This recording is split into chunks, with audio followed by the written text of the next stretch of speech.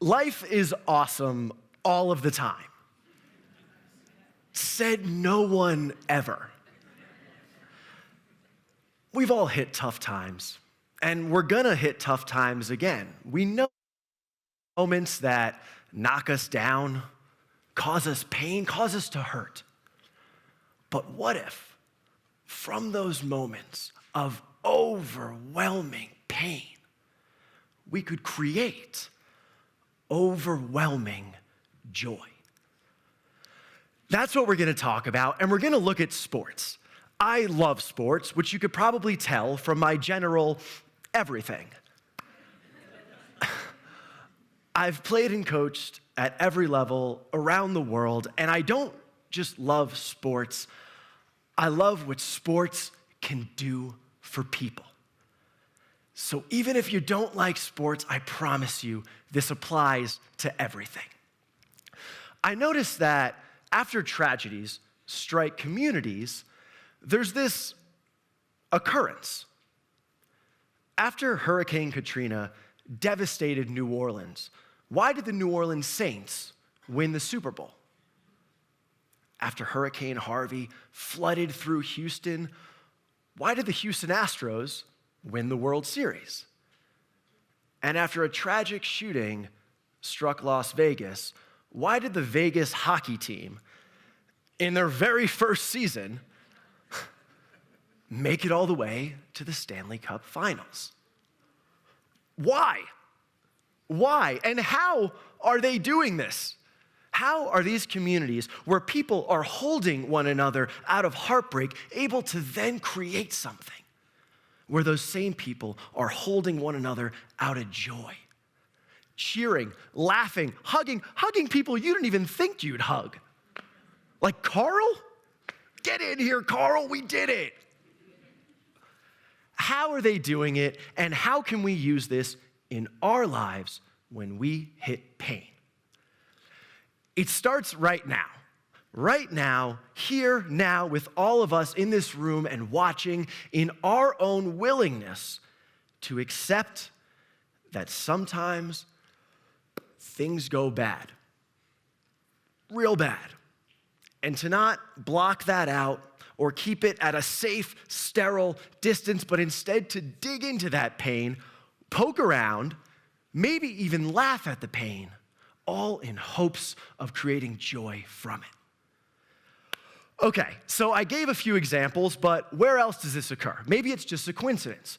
So I spent some time searching out other horrible tragedies. Really uplifting day. In New York, after the World Trade Towers, the New York Yankees made it to the World Series Finals, losing only in finally Game 7. But I'm from New York. I'm always going to think they're good. It's like in the water there. It's like bagels, pizza, Yanks. It's our thing. All right, well, how about our rival, Boston? After the Boston Marathon bombing, the Patriots had a strong season. I guess they're good. But the Boston Bruins made it all the way to the Stanley Cup Finals, and the Boston Red Sox won the World Series. In 2011, a catastrophic tsunami and earthquake hit Japan, 15,000 deaths. They made a movie on it called The Impossible, which, no spoilers, not a rom-com. Horrific tragedy. That same year, the Japanese women's soccer team played in the World Cup.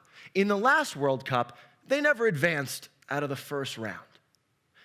In this World Cup, they made it all the way to the semifinals where they played defending champion, host nation, and powerhouse Germans. And they won.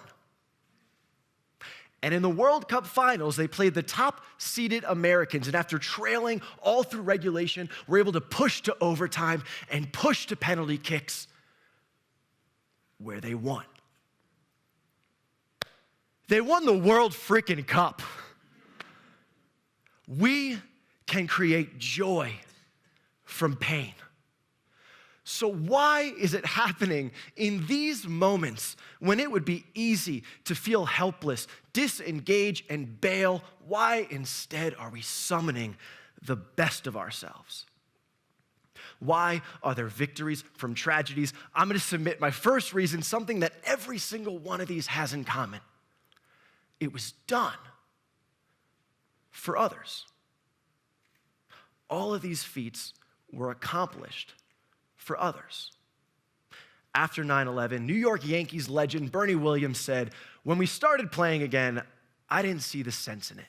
It seemed ridiculous to me.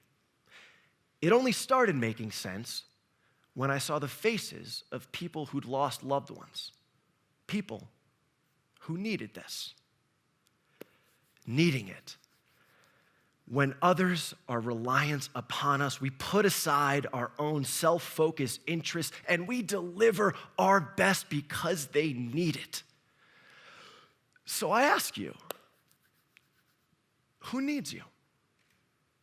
Whatever your team, your relationship, your business, your family, a friendship, who's looking to you and needing your best?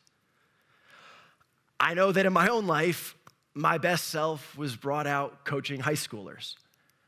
In fact, at that time, I was going through some rough personal struggles. I felt lost. I had trouble standing up for myself.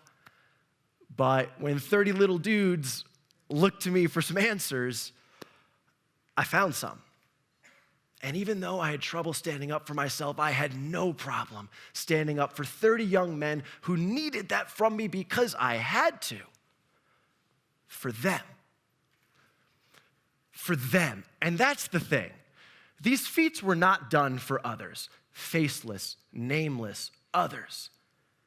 They were accomplished for them. There's a connection, a love, a bond. Which brings me to the second reason.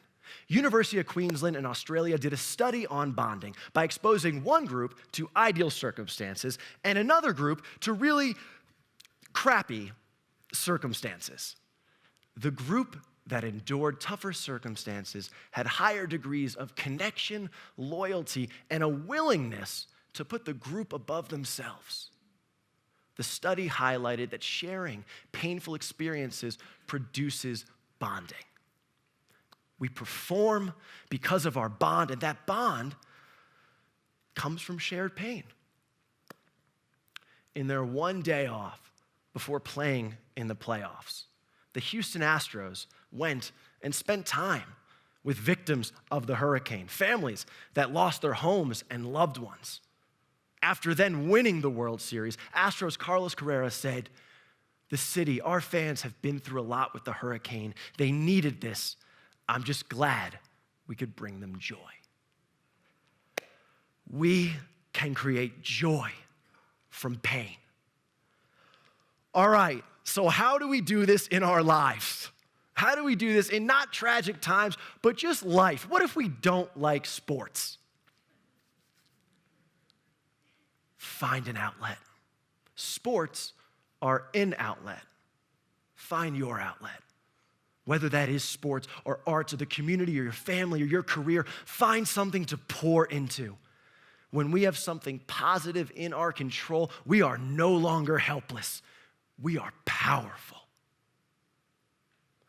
To strengthen our bonds, we can also share in gentle, painful experiences, like raking the lawn with our kids or opening up about fear to a friend, or with the person we love, picking up a new, embarrassing hobby, like salsa dancing. You're gonna step on each other's feet. I have hobbit feet. I'm like a Clydesdale. And then, when not so gentle pain comes barreling into our lives and knocks our world to the ground, it is critical that we know, yes, I am hurting. Yes, this is painful. And yes, I am capable of turning this bad into good. We can create joy from pain for ourselves, for those we care about, and for the world around us. Thank you.